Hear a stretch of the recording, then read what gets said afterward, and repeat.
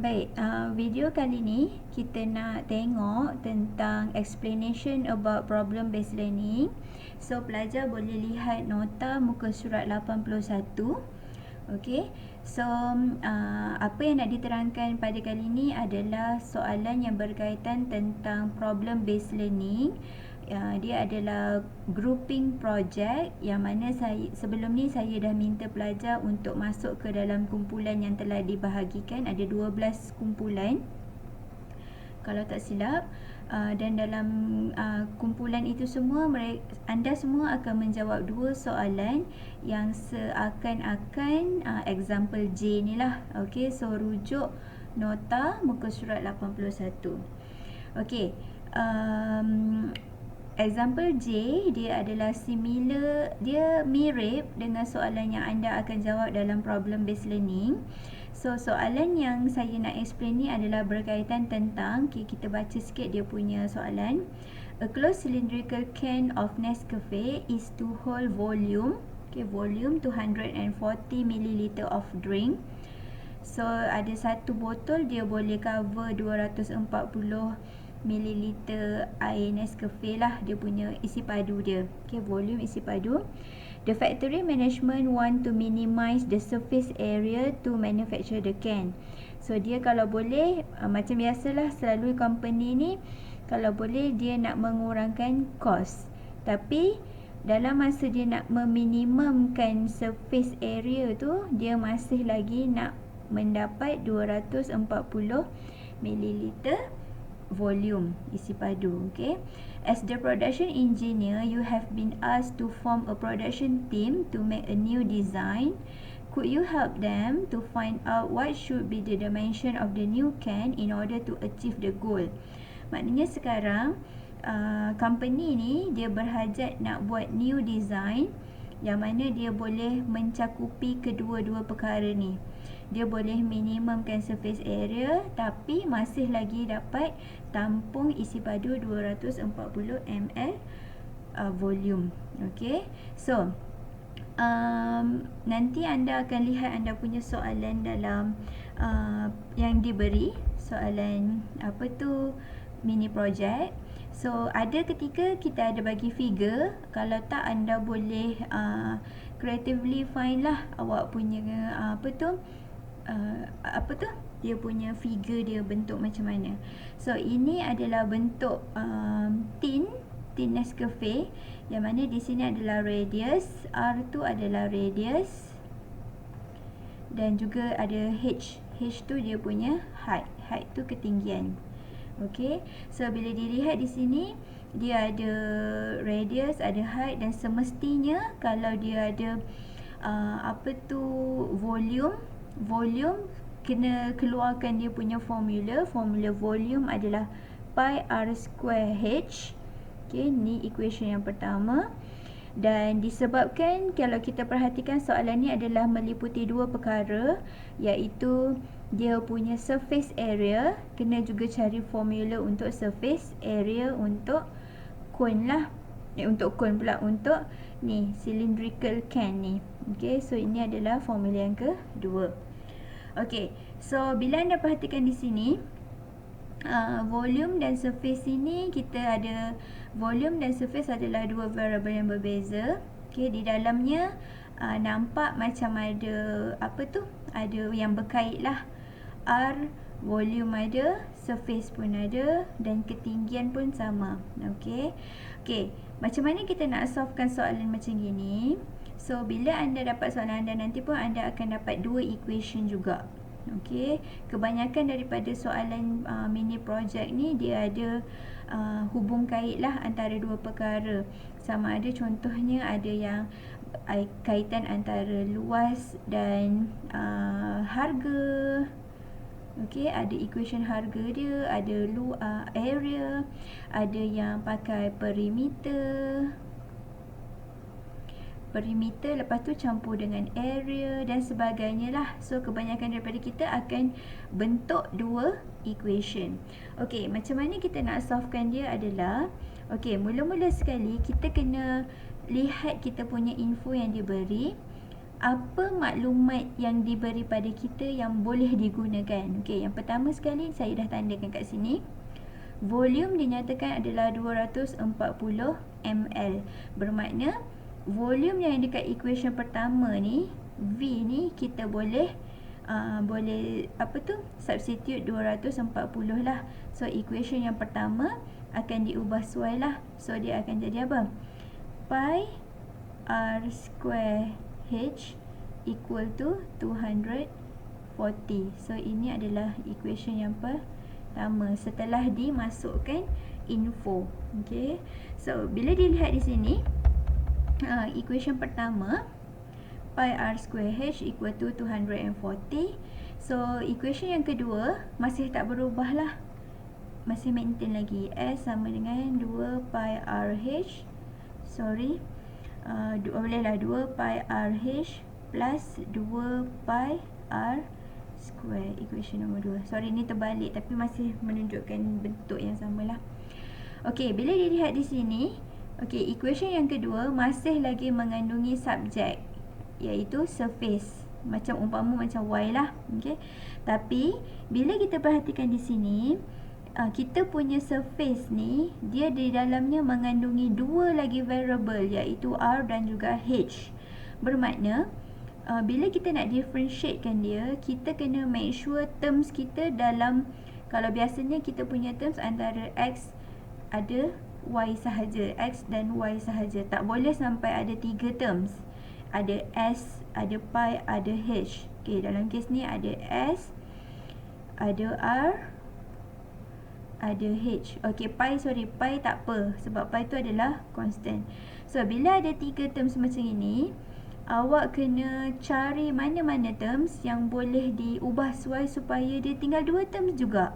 Okey, bermakna sekarang kalau diperhatikan equation nombor 1 itu, equation nombor 1 sebenarnya dia boleh bantu kita untuk menghilangkan salah satu variable. Okey, contoh. Okey, yang pertama saya akan jadikan H sebagai subjek. Okey, jadikan H sebagai subjek. So bila H saya ubah sebagai subjek, dia akan jadi apa? H sama dengan 240 bahagi pi r square. Okey, perhatikan H jadi subjek, so pi r square akan pindah ke bawah. Okey, so equation yang pertama ni maknanya dia boleh juga diubah suai jadi bentuk macam inilah. Dan H ini dia akan bantu substitute di sini. Okey, so equation S kalau kita tuliskan dia semula, dia akan jadi apa? 2 pi r H adalah 240 per R pi R square tambah 2 pi R square. Okey, so nampak tak kat sini apa yang berlaku? Bila kita dah substitute, okey, H yang warna hijau ni ke dalam S, kita akan tinggal 2 term sahaja, iaitu S dan juga R. Okey, so dah boleh mula differentiate. Okey, so kita kemas gini dulu. S sama dengan, okey, R dengan R boleh potong, pi dengan pi akan habis. Okey, 2 dengan 140 boleh darab, so jadi 480. Okey, R ni dengan R bawah ni saya potong, so dia akan jadi per R, tapi saya bawa dia naik ke atas. Okey, macam tu. Alright. So bila kita dah dapat macam ini, semestinya kita boleh differentiatekan S, ds per dr. Okey, differentiate akan dapat negatif 480R kuasa negatif 2 tambah 4 pi R. Okey, 4 pi R. Okey, so daripada sini kita dah tengok konsep sebelum ni tadi. Untuk meminimumkan atau untuk memaksimumkan, okey, nak cari maksimum atau minimum, apa yang perlu kita buat adalah, okey, ds per dr ni kita kena setkan dia equal to, ds per dr ni kena setkan equal to 0.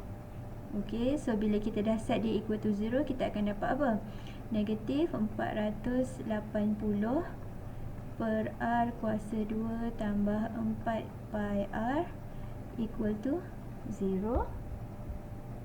Okay, so apa yang akan berlaku adalah kita boleh pindahkan. Okay, 480 per R kuasa 2 sama dengan 4 pi R. 480 sama dengan 4 pi R cube. Okay, kemudian kita akan dapatkan R tu sebagai tajuk. So kita ada R cube equal to 480 bahagi 4 pi. Okay.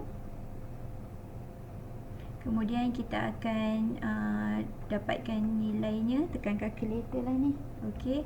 So bila kita tekan kalkulator, power 3 apa tu, punca kuasa 3 4 pi, anda akan dapat R nya adalah sama dengan 3.367.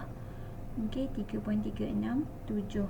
So dekat sini apa tu, kita dah dapat R, radius yang sebaiknya untuk meminimumkan dia punya luas, minimumkan dia punya surface, betul lah. So 3 R ni, apa yang kita perlu buat adalah, okay, dah masukkan semula R itu ke dalam equation H. So kalau kita perhatikan nanti, kalau kita masukkan, okay, substitute R into H.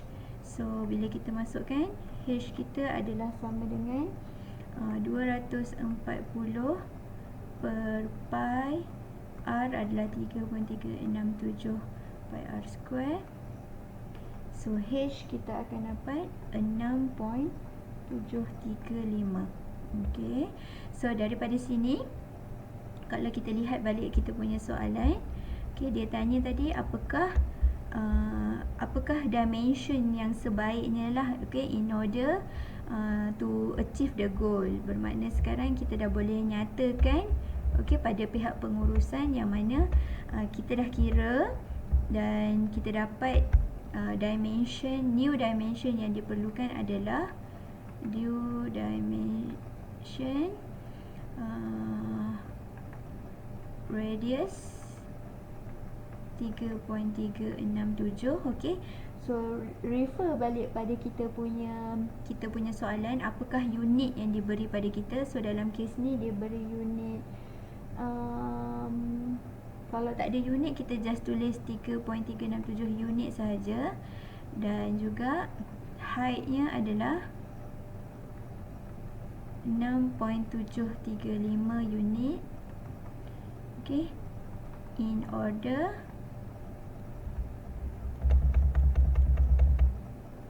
to achieve the goal. Okay, so ini contoh soalan. Kalau anda nak menjawab soalan mini project, so tak semestinya soalan kita sama serupa akan gunakan volume dan juga surface. Macam saya cakap tadi, ada pelbagai. So step yang student perlu buat adalah, pertama, check dulu variable apa yang diperlukan dalam soalan. Kemudian pastikan anda dah dapat 2 equation. Kemudian cari function mana yang perlu dikemaskini. Okay, macam equation 1 ni perlu kemaskini sebab dia ada info tambahan 240. Kemudian dia ni akan, yang full ni, yang ada info ni, dia akan bantu untuk selesaikan equation yang kedua. Dan equation yang kedua tu yang akan di-differentiatekan, kemudian di-equalkan to 0. Sebab equal to 0 adalah objektif untuk mencari minima atau maksimum. Dan kemudian anda akan dapat satu variable lah. Kemudian masukkan ke dalam ke dalam mana-mana equation yang ada terlibat dalam awak punya pengiraan tu, untuk cari variable yang lain punya value.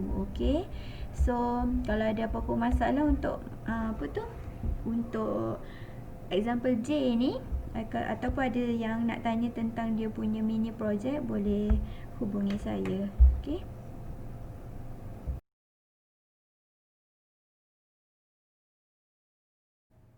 Okay, so untuk documentation mini project kita, so saya akan bagi pada anda 5 dokumen ni. Okay, ada instruction, cover page, appendix A, appendix B dan satu lagi pun appendix B, tapi dia ada dua nama berbeza lah. B yang pertama untuk presentation dan B yang satu lagi untuk report. So saya nak tunjuk yang instruction ni dulu. So ini adalah instruction yang perlu kita buat dalam mini project ni. So dalam ni saya dah tuliskan semuanya. Okay, saya harap student baca satu-satu. So saya nak cakap yang penting je, total marks dia untuk mini project grouping ni adalah 25% paling tinggi, percentage yang paling tinggi. So presentation 10% dan report 15%. So anda kena baca instruction yang pertama. Okay. Poin yang kedua, anda semua selepas dah tahu kumpulan, anda kena discuss case study. Okay. So untuk discuss case study ni, case study mana yang anda kena jawab, anda kena refer bawah ni ada sebenarnya.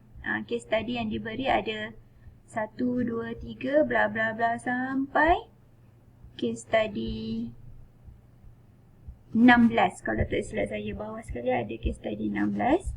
So dekat sini 2 questions each group. Setiap kumpulan kena jawab 2 soalan. Okay. So nak tahu soalan mana yang anda kena jawab, okay, antara 1 sampai 16, refer appendix A. So dalam appendix A saya ada nyatakan. So appendix A kita tengok kat sini. Okay, ini adalah appendix A. Okay, so appendix A ni saya dah listkan 12 kumpulan. So 12 kumpulan, satu kumpulan akan jawab 2 soalan. Contoh, kumpulan Amber. Kumpulan Amber akan jawab soalan 2 dan soalan 1. So 2 dengan 1 tu kena refer balik instruction tadi. Okay, kertas yang mula-mula tadi. Soalannya mana? Cari kat bawah. Okay, so siapa ahli dalam grup Amber? Bawah ni saya ada tuliskan juga. Okay, anda dah pilih grup anda dalam author UTHM. So ini adalah ahli anda lah. Alright. So sama juga untuk kumpulan yang lain. Indigo contohnya. Indigo kena jawab soalan 13 dan 10. So scroll instruction tadi, cari soalan 13 dan soalan 10. So siapa ahli kumpulan Indigo, cari kat bawah. Okay, insyaAllah adalah semua sekali saya dah pastekan kat sini. Okay. Okay, kembali ke instruction tadi. Okay, so bila dah tahu soalan, anda kena jawab soalan tu. So jawab soalan tu, anda kena tulis report. So report tu nilainya 15%. So ni dia punya ciri-ciri dia lah. Okay, tulisan apa, jenis apa, page number. Kemudian presentation, lepas dah siap report, buat presentation. So untuk presentation, dia kena recording. Okay, contoh macam sekarang. Okay, kita kena ada saya tunjuk ni, saya tunjuk muka saya sebab saya nak awak pun ada muka dan juga presentation apa yang awak nak present. So tapi kalau extra point, kalau boleh awak tuliskan nama dekat bawah awak punya face ni lah. Okay, supaya saya senang nak masukkan awak punya, nak judge lah, nak bagi markah. Okay. So dalam poin yang keempat ni ada dinyatakan yang poin terakhir. Okay, lepas video presentation anda dah siap, anda kena masukkan dalam YouTube. Okay, so masukkan dalam YouTube tu kena public. Okay, open supaya dia tak hilang, saya boleh cari bila-bila masa. Kemudian ambil link video tu, video via YouTube anda tu, untuk video yang tersebut. Dia kata copy paste kan link itu dalam cover page. Okay, so saya juga ada bagi awak cover page. Ini cover page, rupa dia. So dalam cover page dekat sini ada YouTube link. Masuk, pastekan awak punya YouTube link tu dekat sini. Okay, dan yang lain tu isikanlah. Okay, kemudian bila dah siap semua sekali ni, okay, dah siap presentation, dah pastekan link, awak kena email dia punya full report dengan presentation tu kepada saya. Okay, seorang dia lah wakil. So, kena email kepada saya 2 file iaitu full report dalam PDF dan presentation slide dalam PowerPoint. Okay. Alright, kemudian kalau perhati tadi, apa yang saya email pada anda ada lagi 2 dokumen iaitu Appendix B. So, saya ada attach kat sini. So, dia kata for marking criteria. Maknanya untuk lihat macam mana saya marking. Okay, ini adalah dia punya kriteria dia lah. Okay, so apa tu? Ni untuk presentation. Presentation, markah individu. Sebab awak present, kita judge presentation itu. Bukannya judge satu kumpulan lah. Okay, cuma ada beberapa point yang judge satu kumpulan. Tapi lepas tu kita akan averagekan markah untuk seorang individu. So, kalau kumpulan awak ni ada 4 orang, contohnya awak ada A, B, C, D. Individu A present sikit je. Intro je, lepas tu dah tak ada apa-apa dah. So, kat situ dia cuma mungkin markah dia lebih rendah daripada kawan dia, individu C yang present dengan penuh untuk explanation, penuh dengan explanation, dengan gaya mimik muka yang baik. Okay, so ada beza markah dalam markah individu untuk presentation lah. Okay, so ni marking kriteria dia. Okay, boleh tengok lah supaya awak tahu macam mana kita judge awak. Okay, satu lagi Appendix B adalah untuk report. Okay, report ni satu kumpulan markah sama, individu A sampai D. Markah semua kalau dapat 8, semua dapat 8. Okay, so ni kriteria dia. Dia perlulah ada semua perkara ni. Okay, so Appendix B ni tak perlu print out ke apa ke. Tak perlu bahagikan tugas untuk bahagian ni, tak perlu. Ini tugas saya. So anda cuma perlu lihat untuk perhatikan kriteria saya yang saya perlukan lah. Okay, untuk pemarkahan. Okay, so kita kembali ke instruction. Okay, so bila dah faham tu semua, documentation untuk report tu mestilah ada perkara-perkara ni. Mula-mula intro. Intro tu salin balik case study. Fill a table. Okay, fill a table contohnya dekat bawah. F untuk fact, I untuk info, L learning material, A action.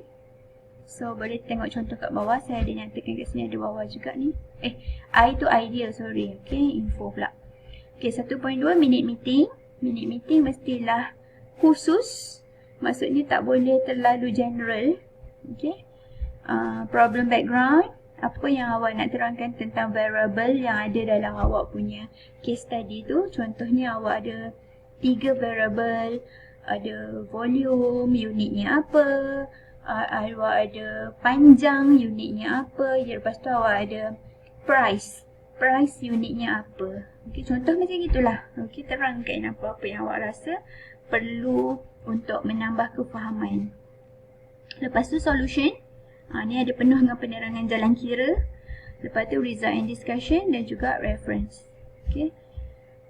Okay, ni ada submission date 3 Januari, sebulan dari sekarang. Kemudian saya ada bagi contoh fill a table, minute meeting, contoh reference. Okay, kemudian bawah ni adalah case study macam yang saya tunjuk tadi. Tengoklah awak dapat soalan yang mana. Satu. Okay, so apa lagi nak tambah untuk presentation tu cuba buat sekreatif yang boleh. Okay, sebab untuk report kita biasanya ikut format sahaja, tapi untuk presentation anda boleh buat cara apa pun. Sama ada pelajar nak gunakan Filmora ke, nak gunakan apa-apa YouTube, apa-apa application yang boleh untuk editing video lah. Tapi saya tak nak student gunakan macam aplikasi yang boleh menukar suara. Tu tak nak.